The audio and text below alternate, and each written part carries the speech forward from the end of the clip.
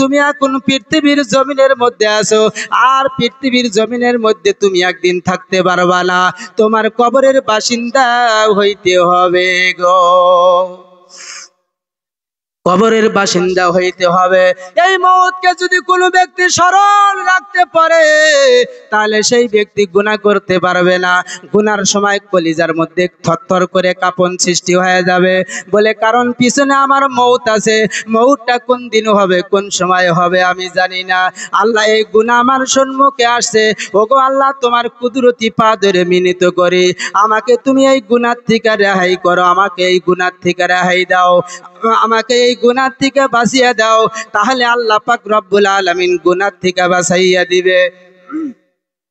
অগণন গণনা কিতাবাদের মধ্যে লেখা আছে, ও যুবক ভাই বন্ধু সকল, ও টেবল পাড়ার মুরব্বী বাবারা, বলে ও টেবল পাড়ার মুরব্বী বাবারা, আমাদের যে নবীর পরে পৃথিবীর মধ্যে চারজন খলিফা ছিল, বড় বড় খলিফা ছিলেন চারজন।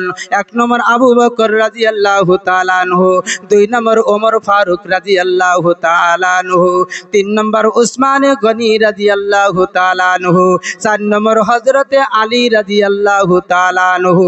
তার মধ্য থেকে দুই নম্বর খলিফার নাম হইল হযরতে ওমর।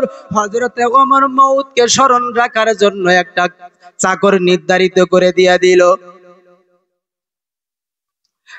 হযরতে ওমর মওতকে স্মরণ রাখার জন্য টাকা দিয়ে একটা গোলাম কিনে আনিয়া সর্বদাই সঙ্গে রাখে, আর বলে ও গোলাম তুমি একটা কথা স্মরণ করে দিবা, আমি যেই জায়গায় যেই কাজ করি না কেন তুমি আমাকে মাঝে মাঝে স্মরণ করে দিবা। ওমর তোমার পিছনে মওত আছে, ওমর তোমার পিছনে মওত আছে, মাঝে মাঝেই বলবা, সারাদিন তোমার এইটাই ডিউটি, মাঝে মাঝে মওতের কথা স্মরণ করে দিবা।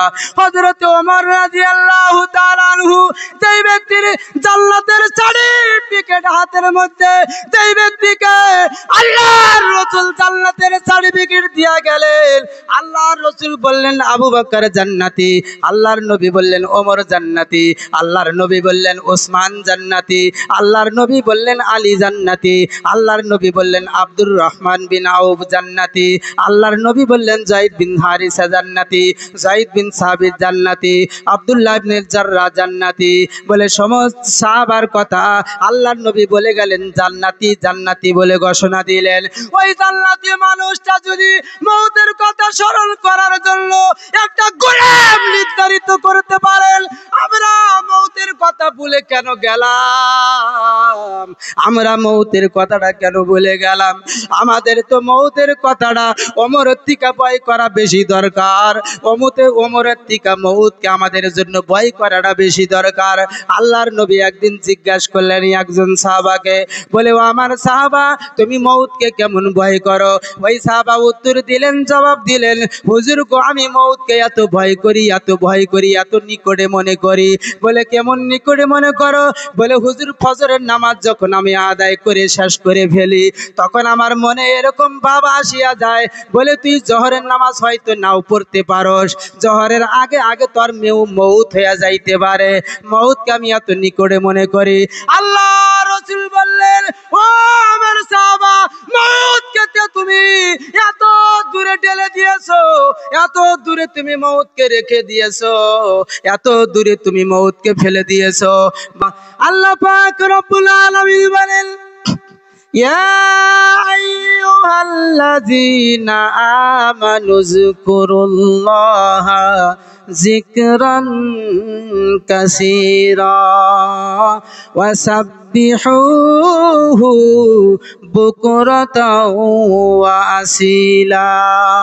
আল্লাহ পাক রব্বুল আলামিন বলেন, ও আমার ইমানদার বান্দাগণ, ও আমার বিশ্বাসী বান্দাগণ, উযকুরুল্লাহ তোমরা বেশি বেশি করে আল্লাহকে স্মরণ করো, যিকরান কাসীরা বেশি বেশি করে আল্লাহ পাকের জিকির করো, ওয়াসাব্বিহুহু বুকরাতাও ওয়া আসীলা, বলে সকালের একটা অংশ আল্লাহর জিকিরের মধ্যে কাটিয়ে দাও, বিকালের একটা অংশ আল্লাহর জিকিরের মধ্যে কাটিয়ে দাও।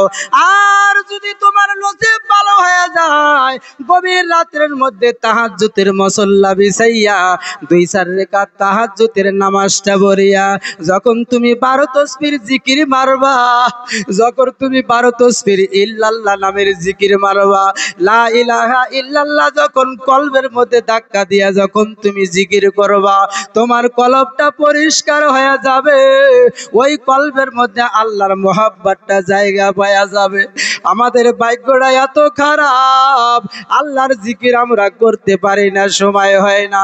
ও মুরব্বি বাবারা, আমি এই কথা বলতেছিলাম, হযরত ওমর রাদিয়াল্লাহু তাআলা আনহু একজন জান্নাতি মানুষ হওয়ার পরেও তেনার মওতের কথা স্মরণ রাখার জন্য একজন গোলামকে নিযুক্ত করে দিয়ে দিলেন।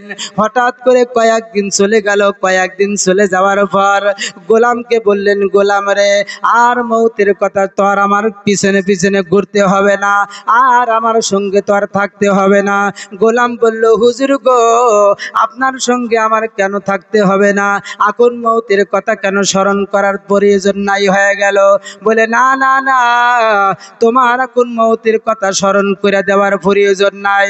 আমি বাড়িতে যাই যখন একটি আয়নার সম্মুখে দাঁড়িয়ে গেলাম, আমার দাড়িগুলি যখন আমি দেখলাম কয়েকটা দাড়ির চুল পেকে সাদা হয়ে গেছে, আমি এখন ডেইলি ওই দাড়ির দিকে লক্ষ্য করে করে আমার মওতের কথাটা আমি স্মরণ করে নিব রে। তোমার আর স্মরণ করে দেওয়ার কোনো প্রয়োজন নাই। আমাদের চুল পেকে গেছে, মওতের কথা স্মরণ হয় না। দাড়ি পেকে গেছে, মওতের কথা স্মরণ হয় না। দাঁত নড়ে সরে পড়ে নরবার হয়ে গেছে, মওতের কথা স্মরণ হয় না। চোখের পাওয়ার দুর্বল হয়ে গেল, তবুও মওতের কথা স্মরণ হয় না। দিমাগটা দুর্বল হয়ে গেল, মওতের কথা স্মরণ হয় না। এখন পেটটা দুর্বল হয়ে গেল, সমস্ত শরীরের শক্তিগুলি নাই হয়ে গেল, তাও মওতের কথা স্মরণ হয় না। বলে, মওতের অবস্থায় শুয়ে আছে, তবুও বলে ওই জায়গার মধ্যে আমার 2 বিঘা জমিন আছে, ওই জমিনের মধ্যে 45 মণ করে ইরিদান হয়, ইরিদান লাগাইও। তখন ছেলে পেলেরা বলে, বাবা গো, ইরিদানের ফিকির তোমার করতে হবে না, তুমি আল্লাহ বিল্লাহ আল্লাহ বিল্লাহ করতে থাকো। চিন্তা করছেন, মওত নগদ ঘাড়ে, তাও জমিনের কথা আলাপ আলোচনা করে, মওতের কথা এখনো স্মরণ হয়নি। চিন্তা করছেন কথাটা? আমার ভাইজানেরা, ওই ওমর ফারুক রাদিয়াল্লাহু তাআলা আনহু এমন একজন নরম মনের মানুষ ছিল, কিন্তু দিনের কথা যদি অল্প একটু সামান্য উল্টা পুল্টা হয়ে যাইত, ওমর রাদিয়াল্লাহু তাআলা আনহু বরদাস্ত করতে পারতেন না। এরকম সাহাবা মওতের কথা স্মরণ করার জন্য কর্মচারীর প্রয়োজন পড়ে, আর আমাদের মওতের কথা স্মরণ করার জন্য 5 বেলার মসজিদে যাওয়া আমাদের প্রয়োজন পড়ে না। আমার ভাইজানেরা, বাপজানেরা, আমার ভাইজানেরা, বাপজানেরা, মওতের কথা স্মরণ করতে হবে।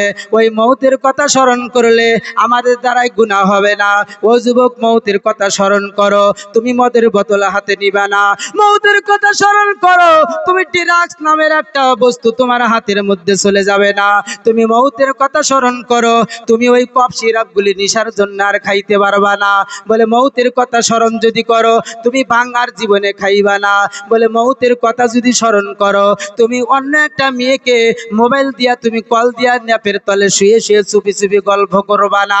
কারণ বর্তমান যুগের মধ্যে দেখা যায় সমস্ত যুবক মোবাইলের মধ্যে ব্যস্ত, কালপ্যাডের মধ্যে মোবাইলের মধ্যে ব্যস্ত হয়ে যায়। সোজা সোজি আলোচনা হইল, মওতকে স্মরণ করতে হবে, মওতের জন্য তৈয়ারি করতে হবে। আল্লাহর রাসূল বলেছেন, আল কাইয়িসু মান দানা নাফসাহু ওয়া আমিলা লিমা বাদাল মাউত। अल काय्यिसु, वो आदमी सबसे अक्लमंद है जो मौत के बाद वाले जिंदगी के लिए तैयार करते हैं। बोले, मौतेर परे जीवनेर जन्य जेई व्यक्ति तैयारी करे, पृथिवीर मध्य ओई मानुषटा हलो समस्त मानुषेर थेके ज्ञानी। আর বর্তমান যুগের জ্ঞানী হয়ে থাকলো যেই ব্যক্তি পৃথিবী দুনিয়া কামানোর জন্য বেশি সময় ব্যয় করে, বেশি তৈয়ারি করে, ওই ব্যক্তি আমাদের সমাজের মধ্যে জ্ঞানী। যেই ব্যক্তি আখিরাতের তৈয়ারি করতেছে ওই ব্যক্তি আমাদের সমাজের মধ্যে জ্ঞানী নয়। আল্লাহর দরবারে ওই ব্যক্তি জ্ঞানী যেই ব্যক্তি মওতের পরের জীবনের জন্য তৈয়ারি হয়ে যায়। সকাল বেলায় ঘুম থেকে উঠিয়া ঠান্ডা পানি দিয়ে ওযু করে মসজিদের মধ্যে চলে যায়, নামাজ পড়ে বাড়ি ফেরে, ওই ব্যক্তি হলো কামিয়াব।